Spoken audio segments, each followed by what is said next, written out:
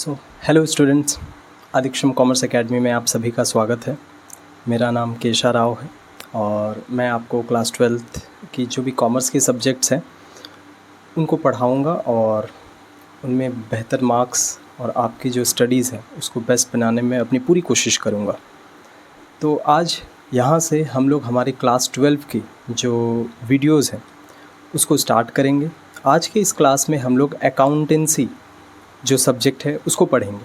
आपका जो क्लास 12 है वो मुझे पता है ऑलरेडी बहुत दूर चला गया है, बट अभी भी हमारे पास 5 महीने हैं।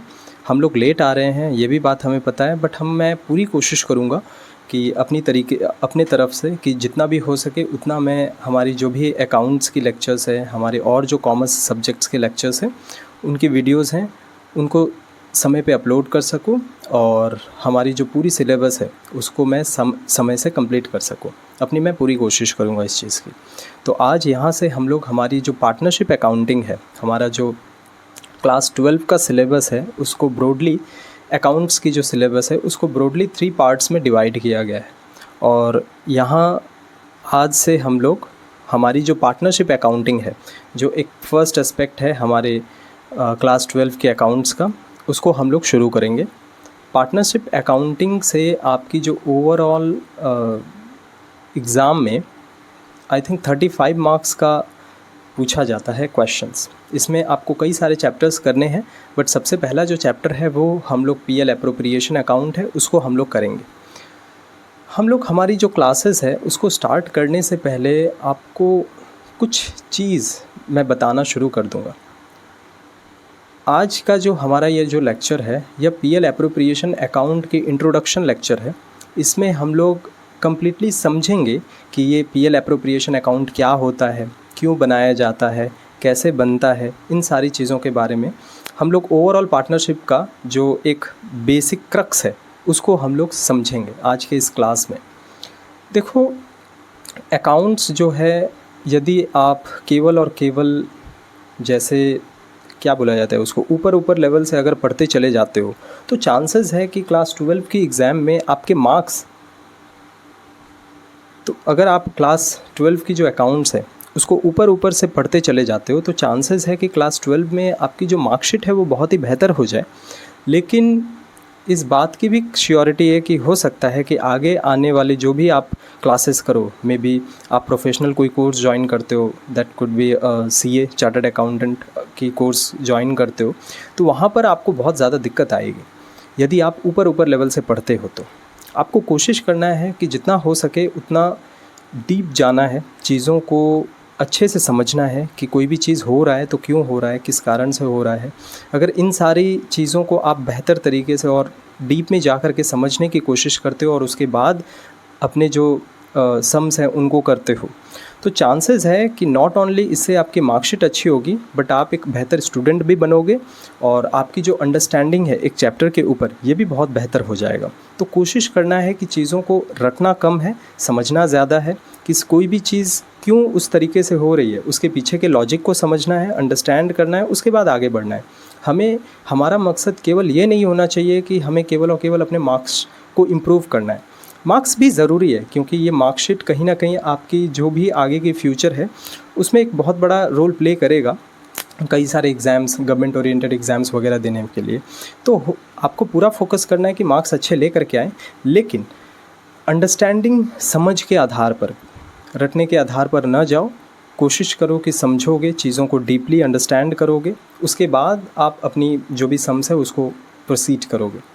अगर आप केवल रट करके लेकर के आ गए तो हो सकता है कि आपकी मार्कशीट अच्छी हो जाए बट आप एक बेहतर स्टूडेंट नहीं बन पाओगे और आपको ये डिफ़िकल्टी अभी नहीं समझ में आएगी। आपको ये डिफ़िकल्टी तब समझ में आएगा जब आप कोई प्रोफेशनल कोर्सेज़ करने के लिए जाओगे।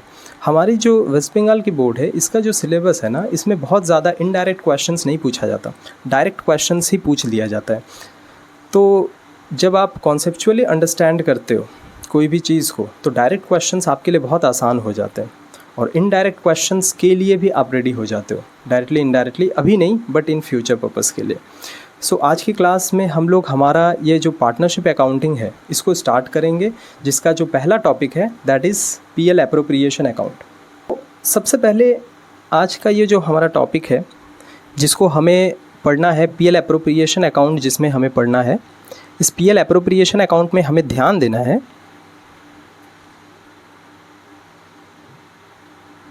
इस पीएल एप्रोप्रिएशन अकाउंट में हमें ध्यान देना है कि जितना हो सके उतना हम लोग चीज़ों को समझे। ओके, तो सबसे पहले हम लोग यह समझते हैं कि ये पीएल एप्रोप्रिएशन अकाउंट आखिर क्या है, क्यों है, कब आया, कैसे आया, इन सारी चीज़ों को हम लोग समझने की पूरी कोशिश करते हैं। ठीक है, देखो हम लोगों ने क्लास 11 में बिज़नेस स्टडीज़ में चैप्टर पढ़ा था। इस चैप्टर में हम लोगों ने एक चैप्टर पढ़ा था। इस चैप्टर पे हम लोगों ने यह समझा था कि इंसान को अगर मान लो बिज़नेस करना है, अगर मान लो कोई एक इंसान को बिज़नेस करना है तो उसके पास कई सारे ऑप्शंस हैं बिज़नेस करने के लिए। वो चाहे तो सोल प्रोप्राइटरशिप कर सकता है, वो चाहे तो सोल प्रोप्राइटरशिप का बिज़नेस कर ले, वो चाहे तो पार्टनरशिप का बिज़नेस कर सकता है, वो चाहे तो कंपनी का बिज़नेस कर सकता है, मतलब कंपनी बना सकता है। ठीक है, तो कई सारे ऑप्शंस हमारे पास ऑलरेडी अवेलेबल हैं अगर कोई भी इंसान बिज़नेस करना चाहता है तो। सोल प्रोप्राइटरशिप में क्या होता है कि एक इंसान होता है और वही इंसान अपना सारा पैसा लगाता है, सारे प्रॉफिट्स को भी वही एंजॉय करता है। इस टाइप ऑफ बिज़नेस को हम लोग बोलते हैं सोल प्रोप्राइटरशिप बिज़नेस। और पार्टनरशिप बिज़नेस में क्या होता है, पार्टनरशिप बिज़नेस में 2 या 2 से अधिक लोग आते हैं और पार्टनरशिप बिज़नेस को करते हैं। और हमारा जो अकाउंटिंग है वो ओवरऑल पार्टनरशिप अकाउंटिंग ही है। तो सबसे पहले जब इंसान, अगर हम लोग थोड़ा सा पीछे चले जाए, थोड़ा सा आदिम ज़माने पे चले जाए ना, तो हमें समझ में आएगा जो इंसान है ना वे लोग सबसे पहले सोल प्रोप्राइटरशिप बिजनेसेस ही करते थे, क्योंकि अकेले इंसान ही कुछ सामान इधर बेचना ख़रीदना ये सारे चीज़ें ही किया करते थे। लेकिन अब एक अकेला इंसान अपनी जो पूरी की पूरी बिज़नेस है, अब एक अकेला इंसान अपना जो पूरा का पूरा बिज़नेस है उसको रन करना, अपने पूरे के पूरे बिज़नेस को अच्छे से रन करने के लिए जो भी स्किल्स चाहिए उन स्किल्स का होना, ये अकेले इंसान के पास पॉसिबल नहीं हो पाता था। और प्लस बिज़नेस को एक्सपैंड करने के लिए पैसा और प्लस उतनी रिस्क टेकिंग कैपेसिटी भी होनी चाहिए। तो अब सोल प्रोप्राइटरशिप बिज़नेस में क्या हुआ कि कई सारी ऐसी चीज़ें होने लगी थी, जैसे कि एक अकेले इंसान के पास बिज़नेस की ओवरऑल नॉलेज का ना हो पाना, उसके बाद एक अकेले इंसान के पास जो पैसा है वो भी बहुत ज़्यादा ना हो पाना, रिस्क टेकिंग कैपेसिटी भी बहुत ज़्यादा ना हो पाना, जिसके कारण से सोल प्रोप्राइटरशिप जो बिज़नेस है वो बड़े लेवल पर लेके जाने में दिक्कत होती थी। इस कारण से कहीं ना कहीं पार्टनरशिप बिज़नेस को इंट्रोड्यूस किया गया। अब पार्टनरशिप बिज़नेस में क्या हुआ था, जब सोल प्रोप्राइटरशिप बिज़नेस चल रहा था वहाँ पर तो एक अकेला इंसान तो सारा चीज़ को ऑपरेट कर ले रहा था, लेकिन पार्टनरशिप बिज़नेस में क्या हो गया, 2 या 2 से मैक्सिमम लोग, मतलब एक से ज़्यादा लोग आए बिज़नेस करने के लिए। अब जब एक से ज़्यादा लोग आ रहे हैं तो जाहिर सी बात है वे लोग पैसा भी ज़्यादा लेकर के आएंगे। एक से ज़्यादा लोग आ रहे हैं तो जाहिर सी बात है कि वे लोग के पास जो मैनेजरियल स्किल्स है वो भी ज़्यादा होंगी। तो सोल प्रोप्राइटरशिप में कई सारे डिसएडवांटेजेस थे। क्या क्या डिसएडवांटेजेस थे? सबसे पहला जो डिसएडवांटेजेस था सोल प्रोप्राइटरशिप का कि लिमिटेड मनी उनके पास थी। दूसरा डिसएडवांटेज था सोल प्रोप्राइटरशिप का कि उनके पास मैनेजरियल स्किल लिमिटेड था, लिमिटेड मैनेजरियल स्किल्स। उसके बाद इन दोनों चीज़ के कारण से कहीं ना कहीं पार्टनरशिप का जन्म हुआ। अब पार्टनरशिप ने इन दोनों चीज़ को कुछ हद तक सॉल्व कर दिया पार्टनरशिप बिज़नेस में। क्यों? क्योंकि पार्टनरशिप बिज़नेस में 2 या 2 से अधिक लोग आकर के बिज़नेस को करने लग गए थे। उसके बाद अब जब 2 या 2 से अधिक लोग आ रहे हैं तो उनके पास जाहिर सी बात है मैनेजरियल स्किल्स भी बहुत ज़्यादा होंगी। तो मैनेजरियल स्किल्स मतलब एक बिज़नेस को ओवरऑल मैनेज करने के लिए जो स्किल्स की ज़रूरत है वो भी उन लोगों के पास ज़्यादा था। तो इस कारण से कहीं ना कहीं पार्टनरशिप बिज़नेस का जन्म हुआ। ठीक है, सोल प्रोप्राइटरशिप की कुछ डिसएडवांटेजेस के कारण से पार्टनरशिप बिज़नेस का जन्म हुआ। सोल प्रोप्राइटरशिप में जब एक सिंगल ओनर अपना बिज़नेस रन करता था तो जाहिर सी बात है वो भी इंसान चाहेगा, हर एक इंसान चाहता है कि अपने बिज़नेस से एंड में, अगर मान लो तुम भी सोल प्रोप्राइटरशिप बिज़नेस रन कर रहे हो, मतलब कहने का मतलब है कि अगर तुम भी एक सिंगल ओनर हो अपने बिज़नेस का तो तुम भी चाहोगे कि मैं जानना चाहूँगा कि मेरे ईयर के एंड में प्रॉफिट कितने का हुआ है या फिर लॉस कितने का हुआ है। ये जानना चाहोगे ना, हर एक बिजनेसमैन जानना चाहता है प्रॉफिट कितने का हुआ, लॉस कितने का हुआ, मेरी जो फाइनेंशियल कंडीशन है, मेरे सर पर लाइबिलिटीज़ कितनी है, मेरे सर पे एसेट्स कितने का है। तो ये सारी चीज़ें हर एक बिजनेसमैन जानना चाहता है। अब इन्हीं सारी चीज़ों को जानने के लिए सोल प्रोप्राइटर जो हैं वो क्या करते हैं, वे लोग फाइनल अकाउंट प्रिपेयर करते हैं। आपने क्लास 11 में ऑलरेडी पढ़ा होगा फाइनल अकाउंट, जिसमें आप क्या क्या बनाते हो। फाइनल अकाउंट में आप ट्रेडिंग बनाते थे, याद करो थोड़ा सा, trading account, PL account, balance sheet बनाते थे, ठीक है। ये सारी चीज़ें आप सीखे हो ऑलरेडी फाइनल अकाउंट में, ठीक है। तो ये सारी चीज़ें बनाती हैं सोल प्रोप्राइटरशिप में। तो पार्टनरशिप बिज़नेस की अकाउंटिंग कैसे होती है, पार्टनरशिप बिज़नेस में क्या होता है। सो पार्टनरशिप बिज़नेस की भी जो अकाउंटिंग है वो भी इसी तरीके से है। यहाँ पर भी हम लोग यही सारी चीज़ें बनाते हैं, ट्रेडिंग, पीएल और बैलेंस शीट, यही 3 चीज़ें बनता है। लेकिन इन तीनों के अलावा 2 चीज़ें और नया बनता है, जिसको बोला जाता है पीएल एप्रोप्रिएशन अकाउंट, और एक होता है पार्टनर्स कैपिटल अकाउंट। ये 2 चीज़ें नया बनता है पार्टनरशिप में। तो यहाँ तक अगर हम लोगों ने जो भी कुछ पढ़ा उसको मैं थोड़ा सा रिवाइज़ करवा दूँ तो क्या निकल करके आता है, इसके बारे में थोड़ा सा समझते हैं। कि हम लोगों को जब भी अगर मान लो बिज़नेस करना है तो बिज़नेस करने के लिए हमारे पास ऑप्शंस हैं। या तो हम लोग सोल प्रोप्राइटरशिप कर ले, पार्टनरशिप कर ले, या फिर कंपनी कर ले, कुछ भी कर ले। इनके अंदर भी कई सारे वैराइटीज़ आपको मिल जाएंगे। पार्टनरशिप बिज़नेस में भी कई सारे वैराइटीज़ हैं, इनफैक्ट कंपनी में भी कई सारे वैराइटीज़ हैं।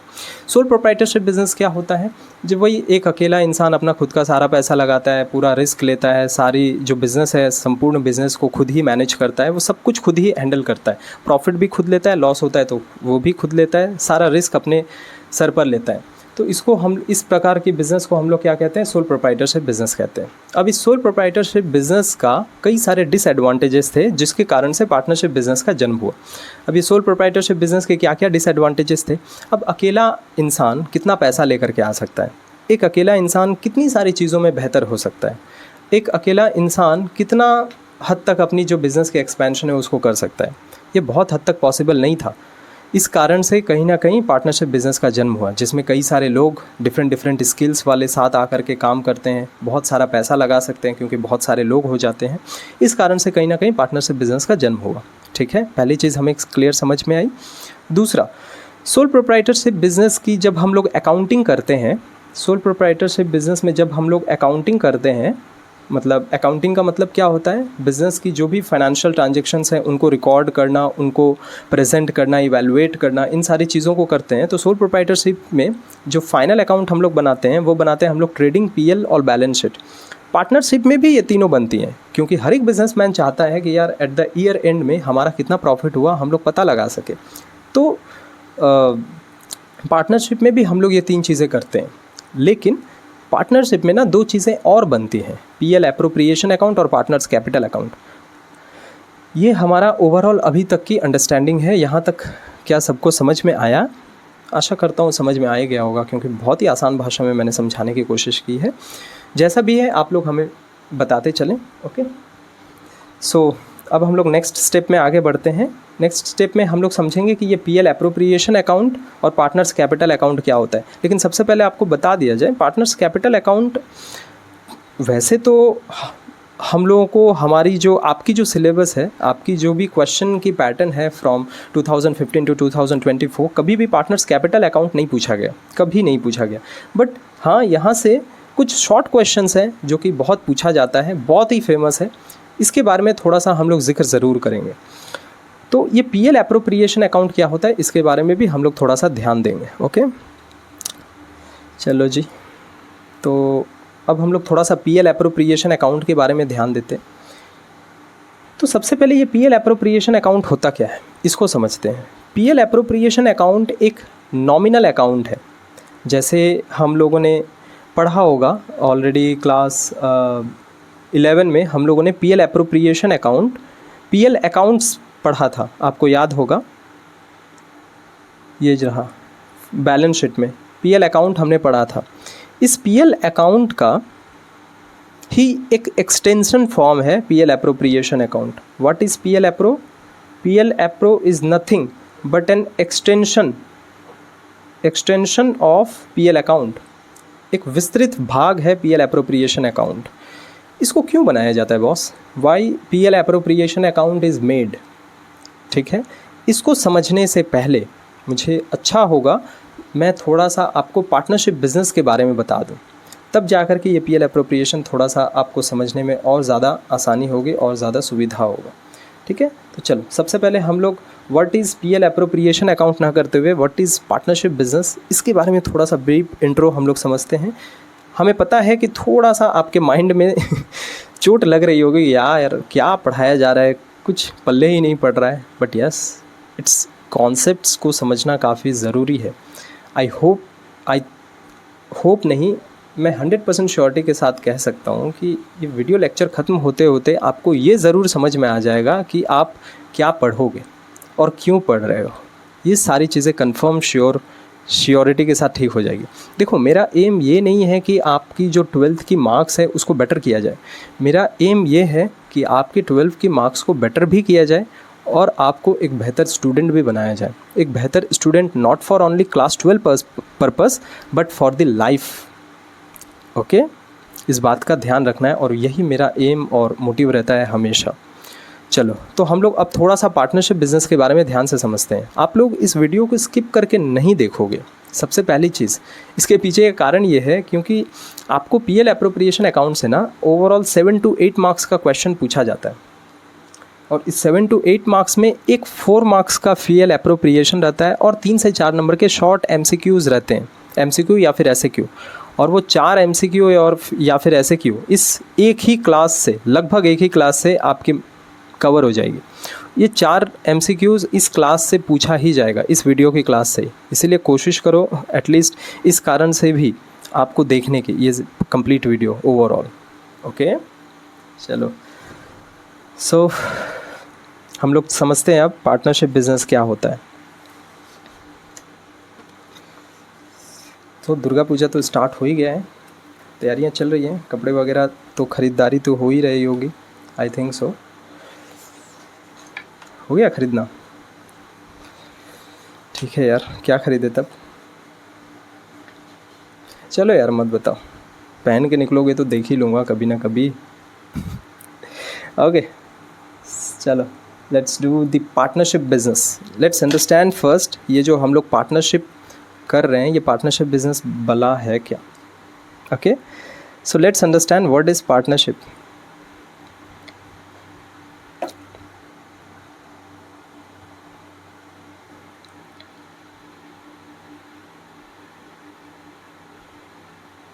ये पार्टनरशिप होती क्या है, सबसे पहले इसके बारे में हम लोग समझ जाते हैं। ठीक है, जब 2 या 2 से अधिक लोग मिल करके किसी एक बिज़नेस को करते हैं, बोल सकते हो जब 2 या 2 से अधिक लोग मिल करके 2 or more persons, जब 2 या 2 से अधिक लोग मिल करके किसी एक लॉफुल बिज़नेस या फिर लीगल बिज़नेस को करते हैं, प्रॉफिट और उसकी जो भी प्रॉफिट है उसको साथ में बांटते हैं, ऐसे बिज़नेस को साझेदारी बिज़नेस हम लोग कहते हैं या फिर पार्टनरशिप बिज़नेस कहा जाता है। हिंदी में इस बिज़नेस को हम लोग साझेदारी बिज़नेस कहते हैं, याद रखना है। ठीक है, तो क्या समझ में आया what is partnership? Partnership business किसको कहेंगे हम लोग? पार्टनरशिप बिज़नेस किसको कहेंगे? Partnership business is that kind of business जहाँ पर 2 या 2 से अधिक लोग आते हैं, मिल करके किसी एक लीगल बिज़नेस को करते हैं। ऐसा नहीं कि 2 दोस्त मिल करके चरस गांजा बेचने लग रहे हो और उसके बाद बोल रहे हो कि यार हम लोग पार्टनरशिप कर रहे हैं। इंडियन गवर्नमेंट की रूल्स एंड रेगुलेशन के हिसाब से वो पार्टनरशिप बिज़नेस नहीं है, वो एक इलीगल बिज़नेस है। कभी ना कभी आप क्या होता है वो सलाखों के पीछे रहोगे, वो जो जेल होता है ना, जेल के पीछे रहोगे। Okay, so what is partnership business? Partnership business वह बिज़नेस है जहाँ पर 2 या 2 से अधिक लोग मिल करके किसी एक लीगल और लॉफुल बिज़नेस को करते हैं और उसके प्रॉफिट को आपस में बांट लेते हैं। That is partnership business. Okay, ये पार्टनरशिप बिज़नेस हमें समझ में आ गया, this is first point. Second point हम लोग करते हैं, अब ये भला पार्टनरशिप होता क्या है? What do we mean by partnership? ये पार्टनरशिप क्या चीज़ है? पार्टनरशिप एक रिलेशन है अमॉन्ग द पार्टनर्स।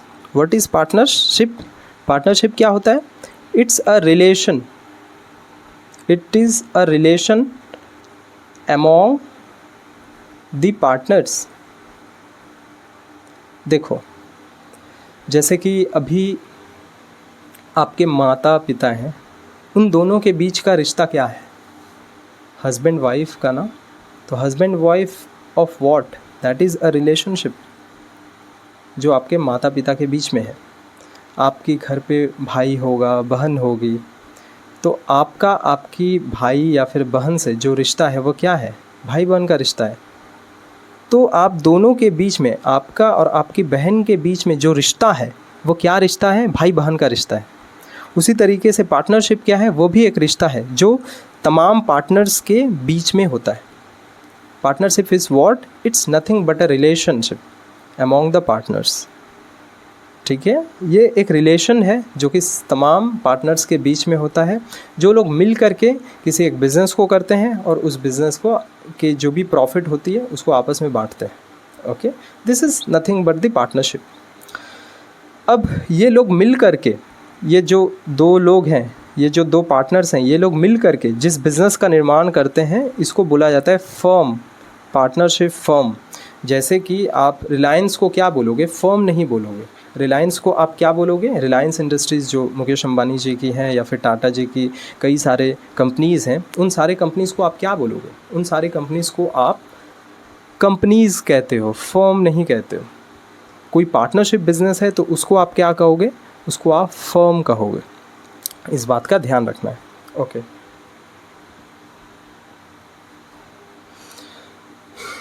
ओके, चलो अब हम लोग थोड़ा थोड़ा और जाते हैं। अच्छा, यहाँ तक तो हमें समझ में आया कि पार्टनरशिप बिज़नेस क्या होती है। जब दो या दो से अधिक लोग मिलते हैं और किसी लीगल बिज़नेस को आपस में करते हैं और उसके प्रॉफिट्स को आपस में बांटते हैं, वो बिज़नेस पार्टनरशिप बिज़नेस कहलाता है। पार्टनरशिप क्या होता है? पार्टनरशिप एक रिलेशनशिप है जो कि तमाम पार्टनर्स के बीच में होता है। जैसे कि आपका और आपकी बहन का जो रिश्ता है वो भाई बहन का है, उसी तरीके से दो चार लोग अगर मान लो कोई पार्टनरशिप बिज़नेस कर रहे हैं तो उन दो चार लोगों में जो रिश्ता है दैट इज़ पार्टनरशिप, जो कि एक लीगल बिज़नेस करते हैं और उनके प्रॉफिट्स को आपस में बांटते हैं। पार्टनरशिप बिज़नेस को फर्म कहा जाता है। जिस प्रकार कोई कंपनी होती है ना, उसको कंपनी कहते हो, और पार्टनरशिप बिज़नेस को आप फर्म कहते हो। तो यहाँ पर अब हमें पता है कि जब दो या दो से अधिक पर्सन्स होते हैं पार्टनरशिप बिज़नेस को करने के लिए, तो मैक्सिमम नंबर ऑफ़ पार्टनर्स कितने होंगे? नंबर ऑफ़ पार्टनर्स किसी भी पार्टनरशिप फर्म में जो नंबर ऑफ़ पार्टनर्स हैं वो होता है मिनिमम 2 और मैक्सिमम 50। तो आपको एक बात याद रखनी है, कई बार लोग इस चीज़ में कंफ्यूज होते हैं और थोड़ा बहुत अंडरस्टैंडिंग ना होने के कारण से इसमें कंफ्यूज भी हो जाते हैं। मिनिमम 2 पार्टनर्स होते हैं, मैक्सिमम 50 होते हैं। 2013 कंपनीज़ एक्ट में एक रूल लेकर के आया गया था जिसमें पार्टनर्स की जो मैक्सिमम संख्या है उसको 100 बताया गया था, और उसके बाद 2014 में फिर से उसमें थोड़े से बदलाव किए गए और उसमें जो मैक्सिमम नंबर ऑफ़ पार्टनर्स है वो 50 रखा गया। तो आपको बताना क्या है जब भी पूछा जाए मिनिमम 2 मैक्सिमम 50। अगर 2013 के तहत अगर आपको पूछा जा रहा है, 2013 के तहत आपको पूछा जा रहा है तो आप 100 पार्टनर्स बोलो, और 2014 के तहत यदि आपको पूछा जाए तो आप 50 पार्टनर्स बोलो, ठीक है। लेकिन यदि आपको कुछ भी नहीं बोला गया और सिंपल पूछा गया कि मैक्सिमम नंबर ऑफ़ पार्टनर्स कितने होते हैं पार्टनरशिप फर्म में, देन यू हैव टू से 50 पार्टनर्स। बुझे गए सबाई तले? ओके, नेक्स्ट अब हम लोग आगे बढ़ते हैं हमारा पार्टनरशिप के लेक्चर पे। ओके, पार्टनरशिप बिजनेस की क्या फीचर्स होते हैं? What are the features of partnership business?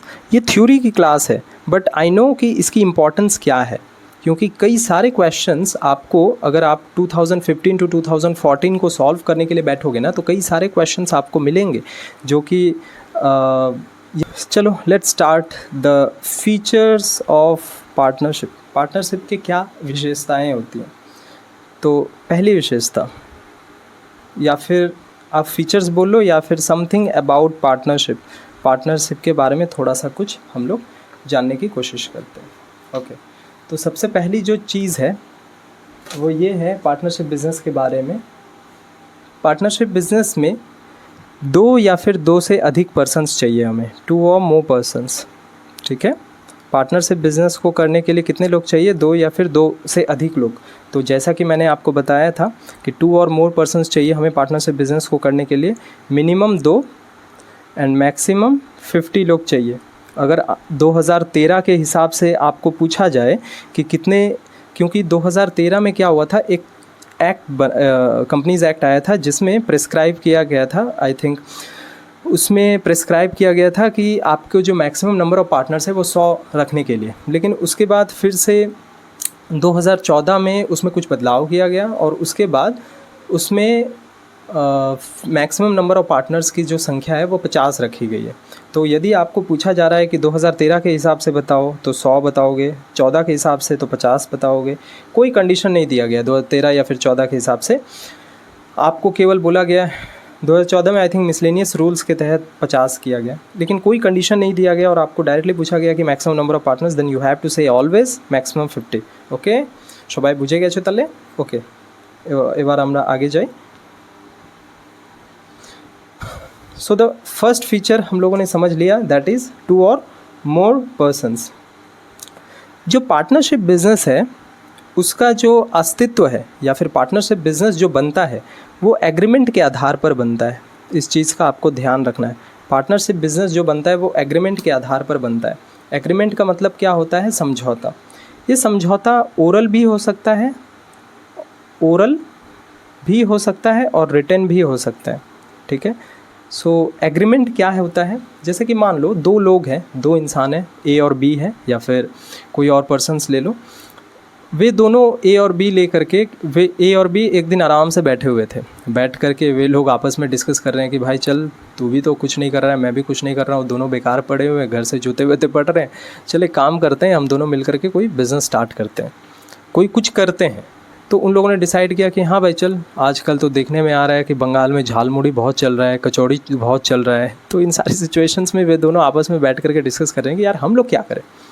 Bengal में झालमुड़ी चल रहा है, मोमोज़ भी बहुत अच्छे चल रहे हैं, कचौड़ियाँ चल रही हैं, पराठे चल रहे हैं, चाय की दुकान भी बहुत बढ़िया चल रहा है। तो वे लोग डिसाइड कर रहे हैं आपस में इसी तरीके से, चल भाई अब हम लोग ना कचौड़ी की दुकान खोलते हैं, कचौड़ी पूरी उसकी दुकान खोलते हैं। तो वे लोग दोनों मिल करके सोचते हैं कि हाँ भाई ठीक है, अगर कचौड़ी की दुकान खोलनी है तो हम लोगों को तो पैसा तो चाहिए। तो दोनों ने डिसाइड किया कि चलो 10,000 रुपये ए लाएगा, 10,000 रुपये बी ले करके आएगा। और उन दोनों ने आपस में ये भी डिस्कस कर लिया कि कचौड़ी बनाएगा ए और जो सेलिंग का काउंटर है वो बी संभालेगा। उसके अलावा जो भी प्रॉफिट आएगा उस प्रॉफिट को भी वे लोग आपस में आधा आधा बांट लेंगे। तो यह प्रकार की जो इन्होंने बात करी, बात करके अपना बिज़नेस स्टार्ट किया, यह जो बात हुआ ना वह ओरली हुआ, इसको किसी भी कागज़ पे लिखा नहीं गया है। तो यह बात से जो बिज़नेस स्टार्ट हुई है, यानी कि ओरल बात से जो बिज़नेस स्टार्ट हो गया, इस ओरल काइंड ऑफ बातों को ही ओरल एग्रीमेंट कहा जाता है। ठीक है। और रिटन एग्रीमेंट क्या है? जब वही सारी बातें जो ए और बी के बीच में चली और इन बातों को यदि इन लोगों ने किसी कागज़ पे लिख लिया बेहतर तरीके से और उसकी एक ड्राफ्ट करवा ली, रजिस्टर करवा लिया, तो इस चीज़ को हम लोग रिटन एग्रीमेंट कहते हैं। ठीक है। तो इस रिटन एग्रीमेंट को ही पार्टनरशिप डिड कहा जाता है। इस चीज़ को ध्यान रखना है। ये एक बहुत ही इंपॉर्टेंट डॉक्यूमेंट भी होता है पार्टनरशिप बिजनेस का। So what is partnership deed? Partnership deed is nothing but a written agreement among the partners. Partnership deed क्या होता है? ये एक रिटन एग्रीमेंट है अमॉन्ग द पार्टनर्स। इस पार्टनरशिप डिड में कई सारी इंपॉर्टेंट बातों का उल्लेख होता है, जिससे कि प्रॉफिट और लॉस को कैसे बांटेंगे, अगर मान लो हम दोनों पार्टनर्स हैं, कोई और पार्टनर एडमिट होना चाहता है तो वो कैसे आ सकता है, और भी कई सारी वगैरह वगैरह की चीज़ें हैं जिनमें लिखा जाता है पार्टनरशिप डिड में। तो ये है एग्रीमेंट। तो यहाँ तक हमने क्या समझा? पार्टनरशिप बिजनेस जो होता है इसका जो स्टार्ट होता है वो एग्रीमेंट बेस पे होता है, और ये एग्रीमेंट ओरल भी हो सकता है, रिटन भी हो सकता है। And what is oral agreement? Oral agreement का मतलब होता है जब ये जो लोग हैं ये लोग ओरली ही उन सारी बातों को डिस्कस कर लिए कि यार तू इतना पैसा लेके आना, मैं इतना पैसा लेके आऊँगा, प्रॉफिट को ऐसे बांटेंगे, काम ऐसे करेंगे, उन सारी चीज़ों को अगर ये लोग ओरल ही डिस्कस कर लेते हैं तो इस चीज़ को हम लोग बोलते हैं ओरल एग्रीमेंट। और रिटन एग्रीमेंट किसको कहेंगे? यदि इन सारी चीज़ों को वे लोगों ने अपने किसी कागज़ पे लिख करके, एक स्टैम्प पेपर पे लिख करके उसकी क्या बोलते हैं उसको, स्टैंप मरवा लिया, रजिस्ट्रार ऑफ फर्म में रजिस्ट्रेशन करवा ली, तो इन सारी चीज़ों को रिटन एग्रीमेंट कहा जाएगा। इस रिटन एग्रीमेंट को ही पार्टनरशिप डीड कहा जाता है। आपको याद रखना है, कई बार पूछ लिया गया है ये कुछ क्वेश्चंस आपके एग्ज़ाम में, इसलिए मैंने बोला कि ये थ्योरी क्लास को आप बेकार ना करो, आराम से बहुत अच्छे से समझो। ये आपकी बेस बनाने में काफ़ी मदद करेगा, क्योंकि आपकी पार्टनरशिप बिज़नेस 35 मार्क्स का है आपकी ओवरऑल सिलेबस में। अगर आप बहुत अच्छे से ध्यान लगा करके पढ़ते हो तो आपके 35 मार्क्स यार कहीं नहीं गए, ठीक है। तो it's nothing but a written agreement, partnership deed. कई बार ये क्वेश्चन पूछा गया है, what do you mean by partnership deed. ये क्वेश्चन कई बार पूछा गया है एग्ज़ाम में। ये क्वेश्चन भी कई बार पूछे गए हैं, मिनिमम नंबर ऑफ़ पार्टनर्स कितने चाहिए, मैक्सिमम नंबर ऑफ़ पार्टनर्स कितने चाहिए, ठीक है। पार्टनरशिप का डेफिनेशन भी कई बार पूछा गया है, पार्टनरशिप बिज़नेस क्या होता है। तो ये सारे जो क्वेश्चंस हैं ना, ये काफ़ी इंपॉर्टेंट है। मैं इसीलिए बता रहा हूँ कि एक तो है आप इनको रट के चले जाओ, और एक है इनको समझ करके करो। समझने वाली चीज़ें कि दिमाग में कुछ हद तक रहती है। ओके, तो अब हम लोग तीसरी हमारी जो फीचर है उस पर आते हैं। Partnership business profit sharing.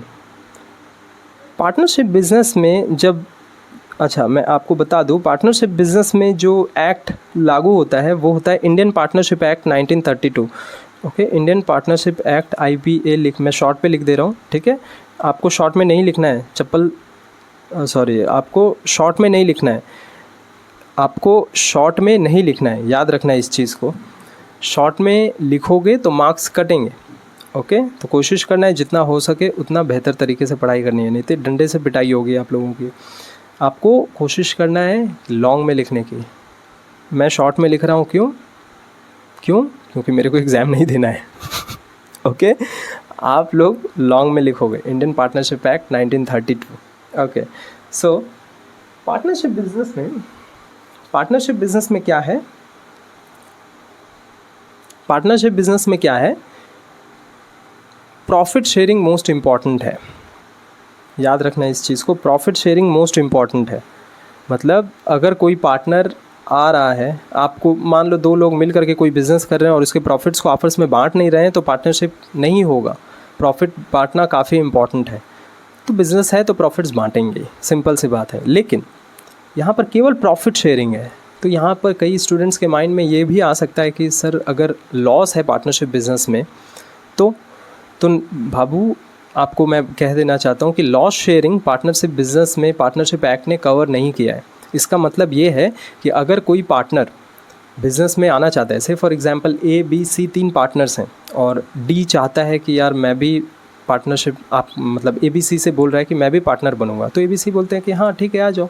लेकिन D बोलता है कि मैं केवल प्रॉफिट शेयर करूँगा, लॉस आएगा तो आप तीनों बियर करना। तो ABC तो अब कंफ्यूज हो गए। सबसे पहले तो वे लोग सोचेंगे कि यार क्या ऐसा हो सकता है, तो वे लोग क्या करेंगे, वे लोग सबसे पहले जाएंगे किसी लीगल पर्सन के पास जाएंगे जिसके पास पार्टनरशिप बिज़नेस की थोड़ी सी लॉ की जानकारी होगी। उससे पूछेंगे कि यार D एडमिट होना चाहता है हमारे बिज़नेस में, बट वो चाह रहा है कि वो केवल प्रॉफिट शेयर करे लेकिन लॉस को शेयर ना करे, तो क्या ऐसा पॉसिबल है। तो उनके लॉयर बोलेंगे हाँ ये पॉसिबल है, इंडियन पार्टनरशिप एक्ट में ऐसा प्रावधान है कि अगर मान लो कोई पार्टनर एडमिट होना चाहता है और वो केवल प्रॉफिट शेयर करना चाहता है, लॉस नहीं शेयर करना चाहता है, तो कोई बात नहीं, वो लॉस नहीं शेयर करेगा, वो प्रॉफिट शेयर के लिए एडमिट हो सकता है। तो यहाँ से आपको एक बात याद रखनी है, a partner can be admitted,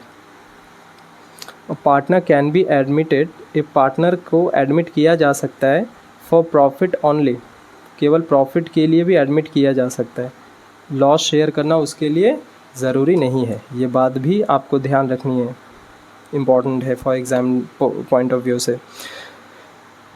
चौथे नंबर में आप क्या लिख सकते हो, जो फीचर है, एक बहुत ही इम्पॉर्टेंट फीचर है, उसको याद रखना, no separate existence, no separate legal entity भी आप इस चीज़ को कह सकते हो। I think no separate existence कहना ही ठीक है, नो सेपरेट एग्जिस्टेंस, ठीक है। नो सेपरेट एग्जिस्टेंस का मतलब होता है पार्टनरशिप बिजनेस का अपने पार्टनर्स से अलग कोई लीगल एग्जिस्टेंस नहीं होता है। पार्टनरशिप बिजनेस और पार्टनर्स का कोई लीगल एग्जिस्टेंस नहीं होता है। जैसे कि अभी मान लो रिलायंस इंडस्ट्रीज़ है, रिलायंस इंडस्ट्रीज़ के जो मोटा भाई हैं मुकेश अंबानी जी हैं, वे अगर मान लो रिलायंस इंडस्ट्रीज़ अगर लोन ले रहा है, मान लो कोई एक बैंक के पास गया, HDFC बैंक के पास, और कहा कि यार मेरे को बिज़नेस एक्सपैंड करना है, देन आई नीड 5,000 करोड़, सो क्या आप हमें इशू कर सकते हो? तो उस सिचुएशन पे HDFC बैंक लोन देता है, 5,000 करोड़ जो भी मांग रहा है वो देता है। बट वो किसको देता है? वो रिलायंस इंडस्ट्रीज़ को देता है, मुकेश अंबानी को नहीं देता। और उस सिचुएशन पे अगर मान लो रिलायंस इंडस्ट्रीज़ वो पैसा जो है चुकता ना कर सके, तो उस सिचुएशन में HDFC बैंक मुकेश अंबानी जी के पास नहीं जाएगा। क्यों? किसके पास जाएगा HDFC बैंक? रिलायंस इंडस्ट्रीज़ के पास जाएगा, मुकेश अंबानी के पास नहीं जाएगा। क्यों? क्योंकि सेपरेट लीगल एग्जिस्टेंस कंपनी में पॉसिबल है। यानी कि कंपनी के केस में क्या होता है, business and businessman both are different, but partnership business में business and businessman both are not different. वो सिंपल सेम होते हैं, उनकी लाइबिलिटी अनलिमिटेड होती है, इस बात का याद रखना है। यानी कि no separate existence. Partnership business में बिजनेस और businessman both are not different, there is no separate legal entity. Partnership business is not a separate legal entity, इस बात का याद रखना है। Partnership business is not a separate legal entity, is not a separate legal entity, ठीक है। लेकिन दूसरी चीज़ आपको ये भी ध्यान रखना है, पार्टनरशिप बिजनेस तो सेपरेट लीगल एंटिटी नहीं है, लेकिन यह एक सेपरेट अकाउंटिंग एंटिटी ज़रूर है। सेपरेट अकाउंटिंग एंटिटी ज़रूर है, ये एक सेपरेट अकाउंटिंग एंटिटी है, ठीक है। अब अकाउंटिंग एंटिटी और बिजनेस एंटिटी क्या है? देखो, अकाउंटिंग चलता है अकाउंटिंग के रूल्स एंड रेगुलेशन से, और बिज़नेस चलता है बिज़नेस के अपने फंडामेंटल्स जो भी होते हैं, बिज़नेस के जो अपने लीगल रूल्स एंड रेगुलेशंस होते हैं। तो जो अकाउंटिंग हम लोग करते हैं, आपने क्लास 11 में पढ़ा ही होगा, एक कॉन्सेप्ट आता है सेपरेट एंटिटी कॉन्सेप्ट, जिसमें क्या माना जाता है, जिसमें बिजनेस एंड बिजनेसमैन को बोथ आर डिफरेंट पर्सन्स माना जाता है। और एक होता है, तो अकाउंटिंग के पर्सपेक्टिव से क्या होता है, बिजनेस एक सेपरेट अकाउंटिंग, मतलब पार्टनरशिप बिजनेस एक सेपरेट अकाउंटिंग एंटिटी है, लेकिन it's not a separate legal entity.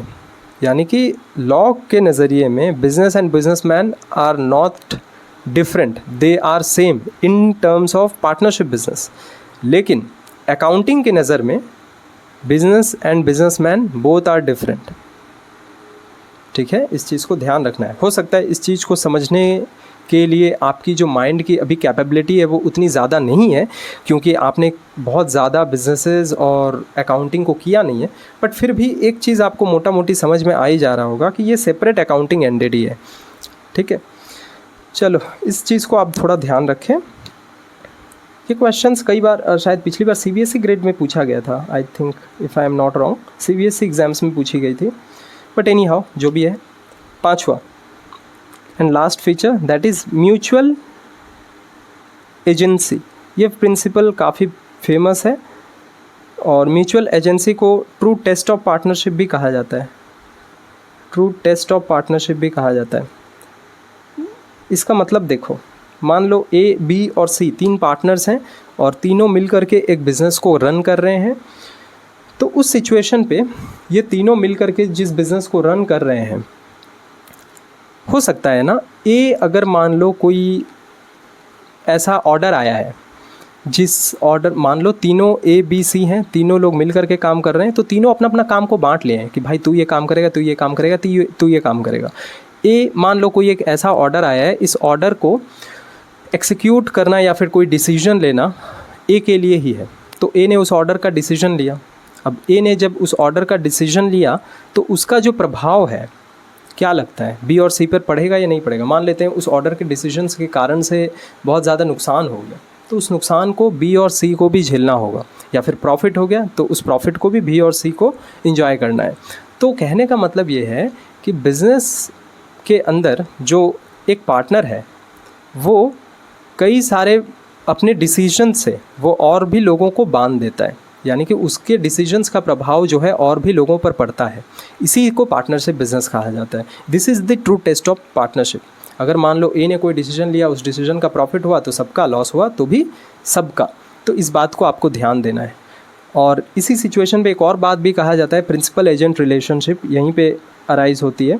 जैसे कि मान लो ए उस सिचुएशन पे क्या था, वो ए क्या था उस सिचुएशन पे, ए तो यहाँ पर एक डिसीजन ले रहा था ना, बट ए सबके तरफ से डिसीजन ले रहा था, यानी कि बी और सी दोनों की तरफ से डिसीजन ले रहा था। तो जब ए बी और सी दोनों की तरफ से डिसीजन ले रहा था तो उस सिचुएशन पे ए जो था वो एजेंट था बी और सी का, बी और सी उस सिचुएशन पे प्रिंसिपल थे। This is nothing but the principal agent relationship. Exactly that's all. These are the some of the features of partnership business. I hope आप लोगों को ये सारी चीज़ें समझ में आ रही हैं। तो एक और क्वेश्चन है, दैट इज़ क्या पार्टनरशिप बिजनेस का रजिस्ट्रेशन करना ज़रूरी है? पार्टनरशिप बिजनेस जो है उसका रजिस्ट्रेशन करना क्या कंपलसरी है? देखो, पार्टनरशिप एक्ट में 1932 के तहत पार्टनरशिप एक्ट में ये कंपलसरी नहीं है कि आप पार्टनरशिप बिजनेस का जो है वो रजिस्ट्रेशन करवाओ। पार्टनरशिप बिजनेस ये कहता है कि पार्टनरशिप एक्ट ये कहता है कि आप अपनी पार्टनरशिप बिजनेस को की रजिस्ट्रेशन करवाओ या ना करवाओ, इट्स कम्प्लीटली ऑप्शनल। ये आपके ऊपर डिपेंड करता है कि आप इसका रजिस्ट्रेशन करवाओ या ना करवाओ। लेकिन इसका मतलब आप क्या कह सकते हो कि अगर आपकी मान लो कोई पार्टनरशिप बिजनेस करना है और आप सोच रहे हो कि नहीं यार मैं उसका रजिस्ट्रेशन नहीं करवाऊंगा, it's completely fine, it's completely your choice, आपको करना है या नहीं करना है। बट अगर आप रजिस्ट्रेशन करते हो तो आपको कई सारे फ़ायदे मिलते हैं। जैसे मान लो किसी के ऊपर आपको केस करना है, या फिर मान लो कोई फ्रॉड हो गया जिसके कारण से किसी के ऊपर आपको केस करना है, तो उस सिचुएशन पे क्या होगा, आप केस नहीं कर पाओगे। कारण क्या है? क्योंकि आप किसके तरफ से केस करोगे, क्योंकि आपकी कोई जो लीगल एग्जिस्टेंस ही नहीं है, आपका कोई लीगल अस्तित्व ही नहीं है, आपने कोई रजिस्ट्रेशन से नहीं करवाए, तो आप किसके पर्सपेक्टिव से केस करोगे। और भी कई सारे ऐसे मैटर्स हैं जहाँ पर आपको एडवांटेज नहीं मिलता है। इसलिए आपको ध्यान रखना है, पार्टनरशिप बिजनेस का जो रजिस्ट्रेशन है वो कम्प्लीटली ऑप्शनल है, करवाना है नहीं करवाना है it's completely your choice, but करवाते हो तो फ़ायदे में रहोगे। ओके, कायदे में रहोगे तो फ़ायदे में रहोगे, इस बात का भी आपको ध्यान रखना है।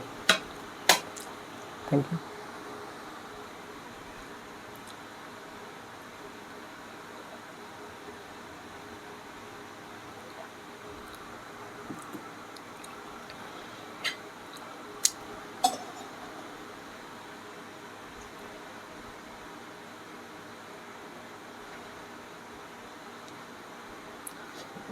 पार्टनरशिप बिज़नेस एक ऐसा बिज़नेस है जहाँ पर जो पार्टनर्स हैं ना, पार्टनरशिप बिज़नेस एक ऐसा बिज़नेस है जहाँ पर जो पार्टनर्स हैं ये लोग अपने बिज़नेस से कई सारी चीज़ों को ले सकते हैं।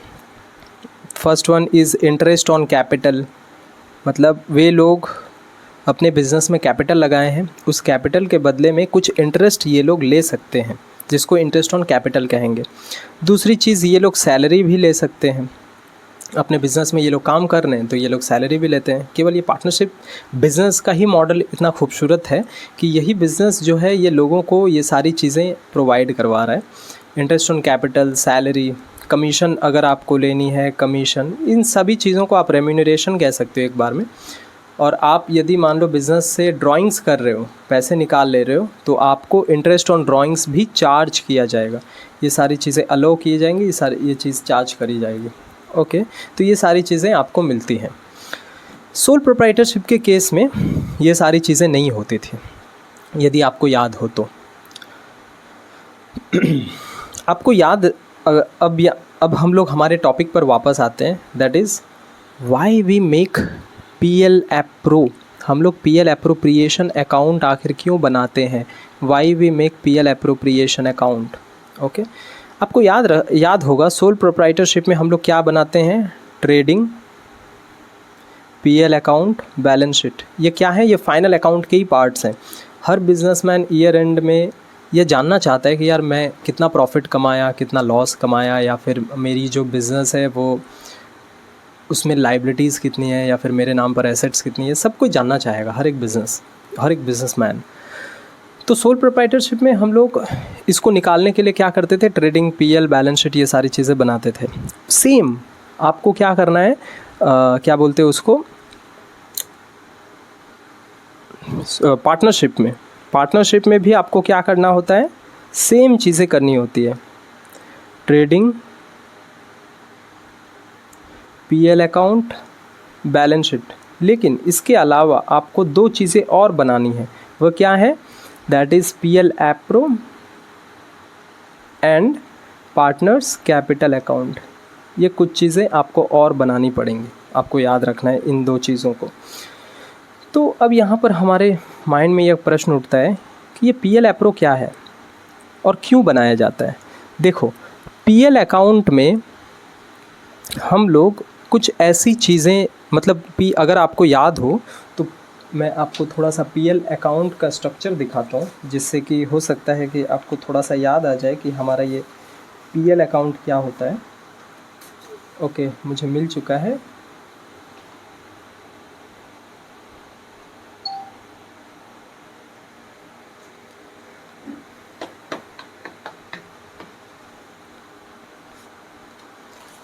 तो पीएल एप्रोप्रिएशन अकाउंट में क्या हो गया, सोल प्रोप्राइटरशिप में ट्रेडिंग बनाए, पीएल बनाए, बैलेंस शीट बनाए, बट पार्टनरशिप में हमें ट्रेडिंग अकाउंट भी बनानी है, पीएल बैलेंस शीट में बनानी होती है। लेकिन पीएल अकाउंट के बाद हमें 2 और चीज़ें बनानी होती है, पीएल एप्रो और पार्टनर्स कैपिटल अकाउंट पार्टनरशिप में ही बनाना पड़ता है हमें। सो अब यहाँ पर आपको एक चीज़ और बतानी ज़रूरी है कि जैसे पीएल एप्रो हम लोग क्यों बनाते हैं, why we make PL appropriation account. तो आपको याद होगा कि जब हम लोग पीएल अकाउंट बनाते थे तो ये वो कुछ इस तरीके का दिखता था। ट्रेडिंग अकाउंट हमने बनाया, इसका जो हमारा ये प्रॉफिट आया, उस प्रॉफिट को हमने ट्रांसफ़र कर दिया कहाँ, प्रॉफिट एंड लॉस अकाउंट में, यहाँ पर इस साइड में। और प्रॉफिट एंड लॉस अकाउंट में जो आइटम्स जाती हैं, ये सारी आइटम्स, इन आइटम्स को बोला जाता है charge against profit. Charge against profit यानी कि ये कुछ ऐसे एक्सपेंसेस हैं जो कंपनी को फ़ायदा हो या नुकसान हो, यानी कि प्रॉफिट हो या फिर लॉस हो, कंपनी को पेमेंट करना ही पड़ता है। जैसे कि एडवर्टाइजमेंट का खर्चा, सैलरी का खर्चा, कैरेज आउटवर्ड, ये सारी कुछ ऐसी एक्सपेंसेस है जो कंपनी को फ़ायदा हो या नुकसान हो देना ही पड़ता है। ये सैलरी किसका है, ये सैलरीज़ है एम्प्लॉयज़ का, ठीक है। अब ऐसा तो नहीं बोल सकते हो ना कि यार इस साल हमारे कंपनी को नुकसान हो गया जिसके कारण से हम लोग इस साल आपको सैलरीज़ नहीं दे पाएंगे। तो एम्प्लॉय क्या करेगा, समझ में आया ना, एम्प्लॉयज़ क्या करेंगे उस सिचुएशन पे, भाग जाएंगे आपकी कंपनी छोड़ करके, यार आई समझ में। तो आप ऐसा नहीं बोल सकते हो। तो ये कुछ अब उसी तरीके से है रेंट अगर आप पेमेंट करते हो तो ये कौन सा एक्सपेंस है, ये भी आपकी चार्ज अगेंस्ट प्रॉफिट वाली एक्सपेंस है। ओके, इसका मतलब ये है कि अगर आपका बिज़नेस में प्रॉफिट हो या फिर लॉस हो, रेंट भी आपको पेमेंट करना होता है। आप ऐसा नहीं बोल सकते हो कि यार मैं रेंट नहीं पेमेंट करूँगा, मेरे बिज़नेस में लॉस हो गया, तो मकान वाला क्या बोलेगा, अरे भाग जाए यहाँ से, तेरे को लॉस हुआ है तो मेरा क्या है, मेरे को नुकसान क्यों कर रहा है, मेरा दे करके जा, मकान वाला ऐसे बोलेगा। तो ये जो हमारी एक्सपेंसेस हैं इनको हम लोग बोलते हैं चार्ज अगेंस्ट प्रॉफिट वाले एक्सपेंसेस।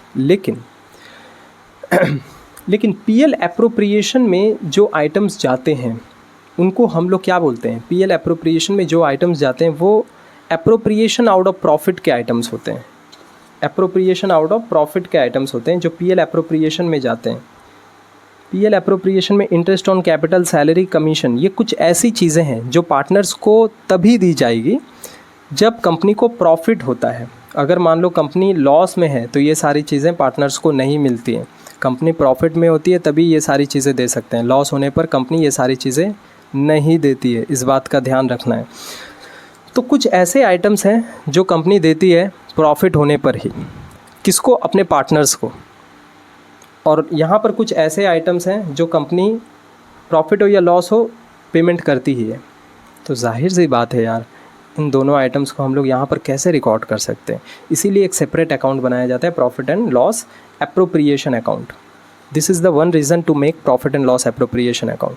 सेकेंड रीज़न क्या है, profit and loss appropriation account में जैसे कि आपको याद हो हम लोग प्रॉफिट एंड लॉस अकाउंट बनाते थे तो उसका एक ही प्रॉफिट आता था, तो उसको हम लोग फिर बैलेंस शीट में जा कर के ऐड नेट प्रॉफिट कर देते थे कैपिटल से। लेकिन यहाँ पर 3-4 पार्टनर्स हैं और उन 3-4 पार्टनर्स में प्रॉफिट का डिस्ट्रीब्यूशन करना है, और पीएल अकाउंट में हम लोग कर नहीं सकते। क्यों? क्योंकि पीएल अकाउंट में हम लोगों का जो प्रॉफिट है ये ट्रू प्रॉफिट नहीं आया है, क्योंकि इस प्रॉफिट को हम लोग पीएल एप्रोप्रिएशन अकाउंट में ट्रांसफ़र करके वहाँ से इन सारी चीज़ों को लेस करेंगे, तब जा कर के जो प्रॉफिट आएगी that is true net divisible profit, जिसे हमें पार्टनर्स में डिवाइड करना होगा।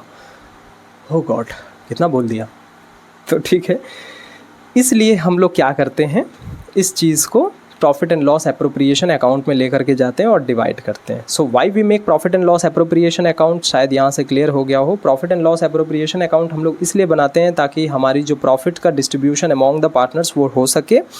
और दूसरा, profit and loss appropriation account हम लोग क्यों बनाते हैं? क्योंकि profit and loss appropriation account में हम लोग कुछ ऐसे आइटम्स लेके जाते हैं जो कंपनी प्रॉफिट होने पर ही देती है, तो जाहिर सी बात है उनको हम लोग पीएल अकाउंट में लेके जा नहीं सकते। इसलिए हम लोग को एक अनदर अकाउंट बनाना होता है जिसको हम लोग profit and loss appropriation account कहते हैं। ओके, आपको ये बात भी याद रखनी है, थोड़ा सा देख लेते हैं कि profit and loss appropriation account आखिर दिखता कैसा है। थोड़ा सा इस चीज़ को भी आपको ध्यान दे देना है। तो ये रहा हमारा profit and loss appropriation account. तो profit and loss appropriation account क्या है? This is nothing but an extension part of profit and loss account. Profit and loss account के बाद ही ये बनता है, उसी का एक विस्तृत भाग है जहाँ पर हम लोग क्या रिकॉर्ड करते हैं, वे आइटम्स रिकॉर्ड करते हैं जो एप्रोप्रिएशन आउट ऑफ प्रॉफिट्स के होते हैं। ठीक है, अब profit and loss appropriation account एक नॉमिनल अकाउंट है, जो हमने क्लास 11 में पढ़ा था ना, real, personal, nominal, golden rules.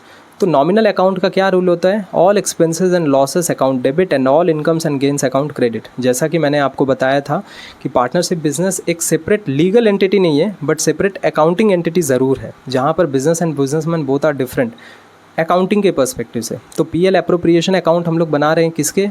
आपको याद रखना है, जब भी हम लोग अकाउंटिंग करेंगे ना, तो अकाउंटिंग हम लोग करेंगे बिजनेस के पर्सपेक्टिव से, ना कि बिजनेसमैन के पर्सपेक्टिव से। तो आपको बिजनेस के पर्सपेक्टिव से सोचना है। सॉरी।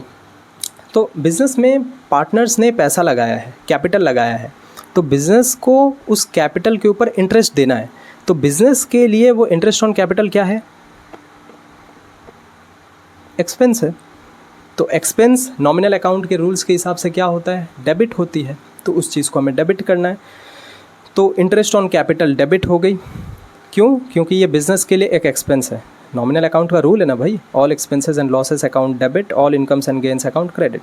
तो इंटरेस्ट ऑन कैपिटल, क्योंकि बिज़नेस को देना पड़ रहा है पार्टनर्स को, तो वो डेबिट है। सैलरीज़ बिज़नेस को देना पड़ रहा है पार्टनर्स को, एक्सपेंस है इसलिए डेबिट। कमीशन भी डेबिट, यही सारी चीज़ें। और इंटरेस्ट ऑन ड्राइंग्स फर्म के लिए, पार्टनरशिप फर्म के लिए क्या है? एक इनकम है। क्यों? क्योंकि पार्टनर्स बिजनेस से ड्राइंग्स करते हैं, पैसा निकालते हैं, और उस पैसे निकालने के ऊपर पार्टनर्स को इंटरेस्ट देना होता है बिज़नेस को। इस कारण से बिज़नेस के लिए वो इंटरेस्ट ऑन ड्राइंग्स इनकम है, इसलिए उसको क्रेडिट साइड में रिकॉर्ड किया जाता है। बहुत ज़ोर से बोल दिया, पॉज करके धीरे धीरे सुनो, समझ आ जाएगा। तो ये हमारा ओवरऑल पीएल एप्रोप्रिएशन अकाउंट है, जिसे पीएल अकाउंट के बाद बनाया जाता है। ठीक है, अब यहाँ पर कैपिटल अकाउंट्स भी बनाए जाते हैं। कारण ये है कि पूरा का पूरा यहाँ पर जो क्या होता है, सोल प्रोप्राइटरशिप के अलावा मतलब सोल प्रोप्राइटरशिप को छोड़ करके पार्टनरशिप बिजनेस में क्या होता है ना, पार्टनर्स को कई सारी चीज़ें मिलती हैं, जैसे सैलरी मिलता है, इंटरेस्ट ऑन कैपिटल मिलता है। तो इन सारी चीज़ों को, और कई सारे पार्टनर्स भी होते हैं, तो इन सारी चीज़ों को एक सेपरेट अकाउंट में मेंटेन किया जाता है, जिसको हम लोग पार्टनर्स कैपिटल अकाउंट कहते हैं। ठीक है, तो पीएल एप्रोप्रिएशन अकाउंट समझ में आ गया। नेक्स्ट क्लास में हम लोग पीएल एप्रोप्रिएशन अकाउंट को करना सीखेंगे। तो यहाँ तक आपको पीएल एप्रोप्रिएशन अकाउंट समझ में आ ही गया होगा। मतलब आपको मोटा मोटा समझ में आ गया होगा पीएल एप्रोप्रिएशन अकाउंट में क्या किया जाता है। तो अब यहाँ पर हम लोग समझते हैं what is partners capital account. तो आपको यहाँ पर समझना होगा कि पार्टनर्स कैपिटल अकाउंट क्या है। तो आपको याद रखना है कि जो पार्टनर्स कैपिटल अकाउंट है ना, वो 2 मेथड से बनता है। ओके, हम लोग 2 मेथड से पार्टनर्स कैपिटल अकाउंट बनाते हैं। पार्टनर्स कैपिटल अकाउंट जो बनता है ना, वो 2 मेथड से बनता है, एक फिक्स्ड, दूसरा फ्लक्चुएटिंग। यहाँ से भी क्वेश्चंस कई बार पूछा गया है, तो आप लोग थोड़ा सा अलर्ट रहो थ्योरी में। पार्टनर्स कैपिटल अकाउंट दो मेथड से बनता है, एक फिक्स्ड और दूसरा फ्लक्चुएटिंग। फिक्स्ड में क्या होता है ना, हमें दो अकाउंट्स ओपन करने होते हैं, एक कैपिटल अकाउंट, दूसरा करेंट अकाउंट। फ्लक्चुएटिंग में बस एक फ्लक्चुएटिंग कैपिटल अकाउंट ही ओपन करते रहना होता है। अब ये कुछ इस तरीके के दिखते हैं। पार्टनर्स कैपिटल अकाउंट को मेंटेन करने के टू मेथड्स हैं, एक फिक्स्ड मेथड और दूसरा फ्लक्चुएटिंग मेथड। फिक्स्ड मेथड में हमें दो अकाउंट्स मेंटेन करना होता है, इस बात का ध्यान रखना है। फिक्स्ड मेथड में हमें दो अकाउंट्स मेंटेन करने होते हैं, एक कैपिटल अकाउंट, दूसरा करेंट अकाउंट। ठीक है, तो कैपिटल अकाउंट में क्या आ जाता है, कुछ नहीं, पार्टनर्स ने ओपनिंग बैलेंस कितना लगाया, एडिशनल कैपिटल कितना लाया और विड्रॉल ऑफ कैपिटल कितना किया। अगर मान लो ओपनिंग कैपिटल इधर जाती है, एडिशनल कैपिटल अगर मान लो कैपिटल इंट्रोड्यूस किया किसी पार्टनर ने, वो इधर जाता है, और विड्रॉल ऑफ कैपिटल अगर पैसा निकाला गया है तो इधर जाता है। आपको इसको बहुत ज़्यादा डिटेल में पढ़ने की ज़रूरत नहीं है, क्योंकि आपके बोर्ड में इस टाइप के क्वेश्चंस नहीं देखने को मिलता है। CBSE ISC अगर होता तो मैं बहुत ज़्यादा डीपली इसमें घुसता, बट आपके बोर्ड के लिए ये बहुत ज़्यादा रेलेवेंट नहीं है। बट थोड़ा सा ऊपर से बेसिक्स पढ़ना ज़रूरी है, ताकि यहाँ से कुछ क्वेश्चंस पूछा जाता है जिसके कारण से आपकी एक जो ब्रीफ अंडरस्टैंडिंग है वो बहुत ज़्यादा बेहतर हो सके। सो पार्टनर्स कैपिटल में कई बार पूछा जाता है फिक्स्ड कैपिटल अकाउंट का, फिक्स्ड कैपिटल मेथड से जो पार्टनर्स का कैपिटल अकाउंट बनता है उसका जो बैलेंस है वो क्या होता है, ऑलवेज क्रेडिट या फिर ऑलवेज डेबिट। सबसे पहले आपको यहाँ पर यह समझना होगा ये क्रेडिट बैलेंस और डेबिट बैलेंस क्या होता है। सिंपल सा अगर मैं बोलूँ, ये डेबिट साइड है और ये क्रेडिट साइड है, ये डेबिट साइड है, ये क्रेडिट साइड है। क्रेडिट साइड आप जोड़ो, 10 लाख रुपया आया, डेबिट साइड का आप टोटल करो, मान लो 15 लाख रुपया आया, तो किस साइड का बैलेंस ज़्यादा है, डेबिट साइड का बैलेंस ज़्यादा है, तो हम लोग बोल देंगे ये डेबिट बैलेंस है, यह कैपिटल अकाउंट डेबिट बैलेंस है। क्रेडिट साइड जोड़े हो, अगर क्रेडिट साइड ज़्यादा आ रहा है तो बोल दोगे क्रेडिट बैलेंस है। तो क्वेश्चन में पूछा जाता है कि पार्टनर्स का जो कैपिटल अकाउंट है वह फिक्स्ड कैपिटल से मेंटेन कर रहे हैं, तो वो डेबिट बैलेंस होता है कि क्रेडिट बैलेंस होता है। तो आपको इस अकाउंट को देख करके थोड़ा सा आपको समझ में आ जाना चाहिए कि पार्टनर्स का जो कैपिटल अकाउंट होता है, अगर फिक्स्ड कैपिटल अकाउंट मेथड से हम लोग मेंटेन कर रहे हैं तो उसका बैलेंस ऑलवेज क्रेडिट होता है। कारण ये है कि ये ओपनिंग बैलेंस गया, ये एडिशनल कैपिटल है और ये विड्रॉल ऑफ कैपिटल है।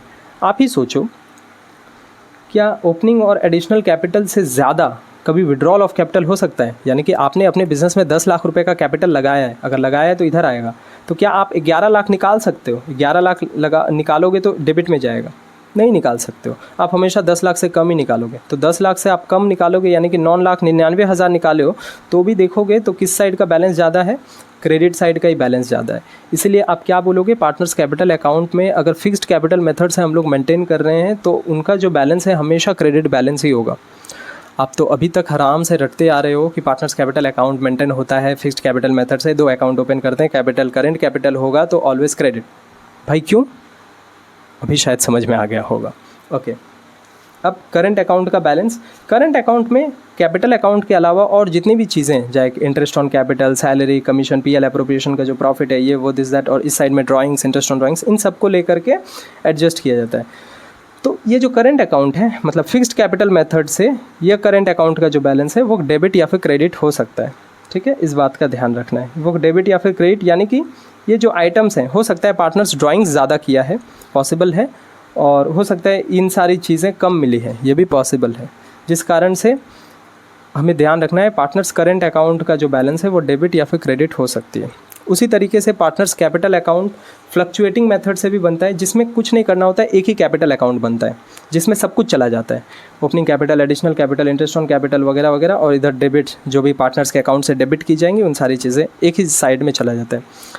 तो पूछा जाता है फ्लक्चुएटिंग कैपिटल मेथड से अगर हम लोग बना रहे हैं तो पार्टनर्स कैपिटल अकाउंट का बैलेंस कैसा आएगा, डेबिट या फिर क्रेडिट? तो इसका बैलेंस डेबिट या फिर क्रेडिट बोथ आ सकता है। क्यों? क्योंकि इस साइड भी ज़्यादा हो सकता है, drawings, interest on drawings, share of loss वगैरह इंक्लूड होते हैं ना, तो ये भी ज़्यादा हो सकता है, ये भी ज़्यादा हो सकता है, इसलिए ये डेबिट या फिर क्रेडिट हो सकती है।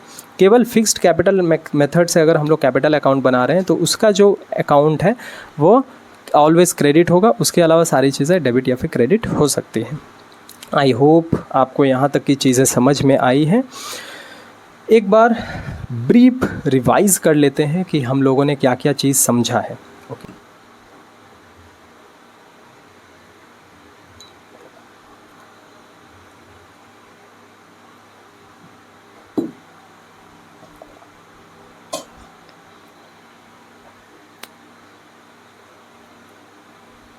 गर्मी बहुत है यार इधर, पता नहीं कब ये गर्मी जाएगा। अक्टूबर का मंथ आ चुका है बट गर्मी जाने का नाम नहीं ले रहा है।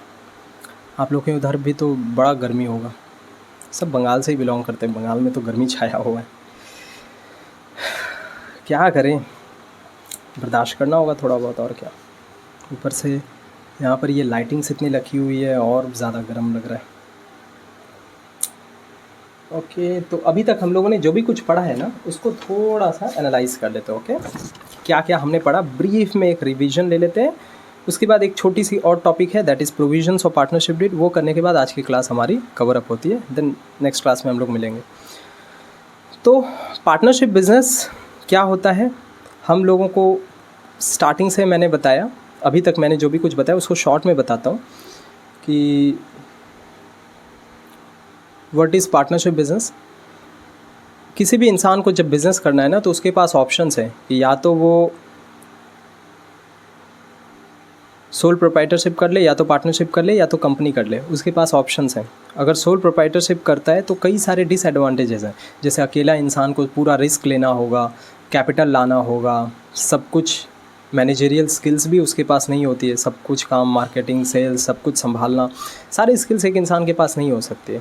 तो कई सारे डिसएडवांटेजेस के कारण कहीं ना कहीं पार्टनरशिप बिज़नेस का जन्म हुआ। पार्टनरशिप बिज़नेस का जन्म जब हुआ तो पार्टनरशिप बिज़नेस में 2 या 2 से अधिक लोग आ गए, अधिक लोग आए तो अधिक पैसा आया, अधिक पैसा आया तो अधिक अलग अलग लोग आए, अलग अलग ब्रेन्स, अलग अलग मैनेजरियल स्किल्स लेकर के आए। तो पार्टनरशिप बिज़नेस में थोड़ा सा बिज़नेस को बड़ा करना आसान हो सका। अब पार्टनरशिप बिज़नेस में जिस प्रकार हम लोग फाइनल अकाउंट सोल प्रोप्राइटरशिप में फाइनल अकाउंट बनाते थे, trading PL balance sheet, partnership में भी बनाना है हमें ट्रेडिंग पीएल बैलेंस शीट। लेकिन इनके अलावा हमें 2 चीज़ें और बनानी होती है, PL appro and partners capital account. Partners capital account आपको बहुत ज़्यादा डीप में पढ़ने की ज़रूरत नहीं है, क्योंकि आपके सिलेबस के अकॉर्डिंग वो मतलब आपके क्वेश्चन पैटर्न में वो कहीं ना कहीं फिट नहीं होता है, और एक बार भी आपके बोर्ड्स ने पूछा नहीं है। तो हमें केवल पीएल एप्रो पढ़ना है। तो पीएल एप्रो क्या है? पीएल एप्रो हम लोग पीएल अकाउंट के बाद बनाते हैं। पीएल अकाउंट का जो प्रॉफिट है उसको पीएल एप्रो में ट्रांसफ़र किया जाता है और उसके बाद पीएल एप्रो बनता है। बट वाई पीएल एप्रो हम लोग बनाते क्यों हैं? क्योंकि पार्टनरशिप बिज़नेस एक ऐसा बिज़नेस है, पार्टनरशिप बिज़नेस में हमें पार्टनर्स को interest on capital, salary, commission, ये सारी चीज़ें देनी होती है, और पार्टनर्स भी कई सारे होते हैं। अब ये सारी चीज़ें एक ऐसी आइटम्स है जो कंपनी पार्टनरशिप बिज़नेस को प्रॉफिट होता है तभी पार्टनर्स को दिया जाता है, अदरवाइज़ नहीं दिया जाता है। तो उस सिचुएशन पे इन सारी और पीएल अकाउंट में जो आइटम्स जाती हैं वो सारे आइटम्स प्रॉफिट हो या फिर लॉस हो देना पड़ता है। इस कारण से हमें पीएल अकाउंट में इन सारी चीज़ों को लेकर के नहीं जा सकते, इसलिए हमें पीएल एप्रो बनाना पड़ रहा है, और प्रॉफिट का भी डिस्ट्रीब्यूशन करना होता है। इस कारण से भी हम लोग पीएल एप्रोप्रिएशन अकाउंट को बनाते हैं।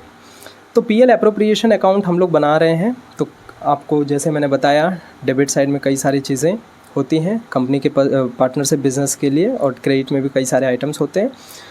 पार्टनरशिप बिज़नेस का रजिस्ट्रेशन ज़रूरी नहीं है, ऑप्शनल है। आप करवा भी सकते हो, नहीं भी करवा सकते हो, बट करवा लेने में फ़ायदा होता है। पार्टनर्स कैपिटल अकाउंट बनता है फिक्स्ड और फ्लक्चुएटिंग में। फिक्स्ड में कैपिटल अकाउंट बनता है और करेंट अकाउंट बनता है। इसका बैलेंस ऑलवेज क्रेडिट होता है, या डेबिट या फिर क्रेडिट हो सकता है। ये भी डेबिट या फिर क्रेडिट हो सकता है। ठीक है, यहाँ तक हमने समझा। तीसरी चीज़ हमने जाना था, और एक चीज़ हमने जाना था, पार्टनरशिप बिज़नेस में कई सारी छोटी छोटी पॉइंट्स थी, लाइक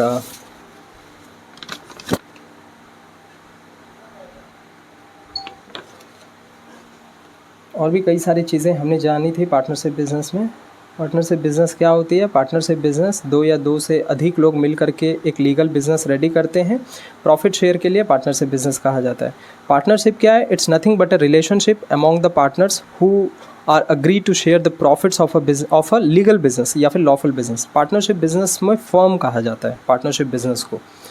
यहाँ पर मिनिमम 2 मैक्सिमम 50 होते हैं। यह इंडियन पार्टनरशिप एक्ट 1932 के तहत चलता है। इसके फीचर्स क्या हैं? 2 या 2 से अधिक लोग होते हैं इसमें।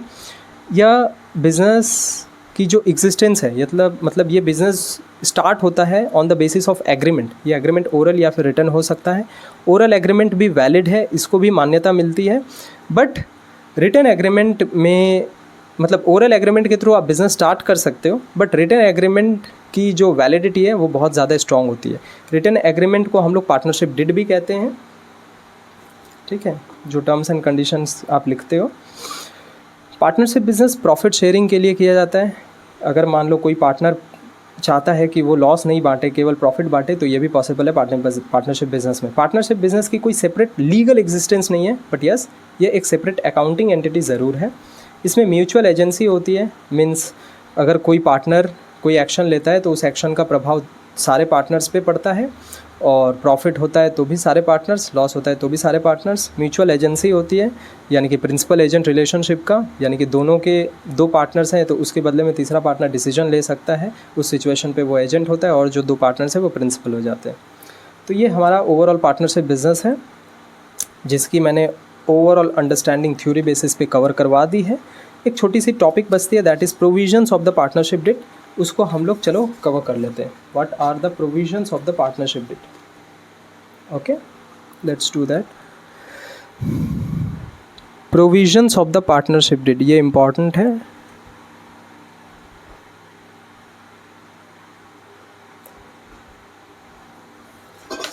What are the provisions of the partnership did?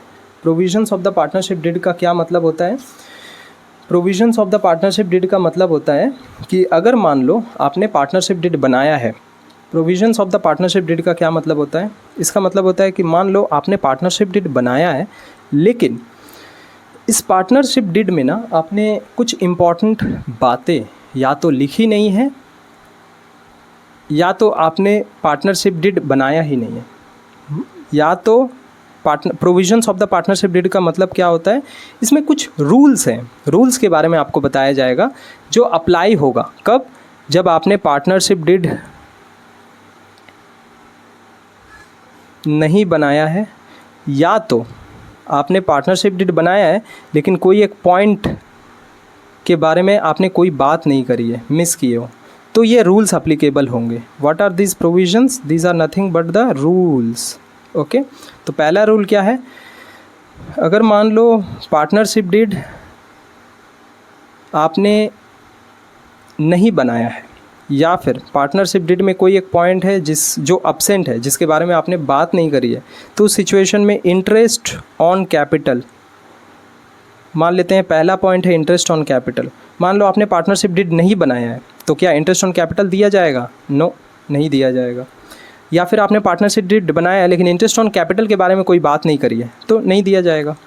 उसके बाद आता है इंटरेस्ट ऑन, मैं क्या लिख दे रहा हूँ उसके बाद आता है इंटरेस्ट ऑन ड्राइंग्स।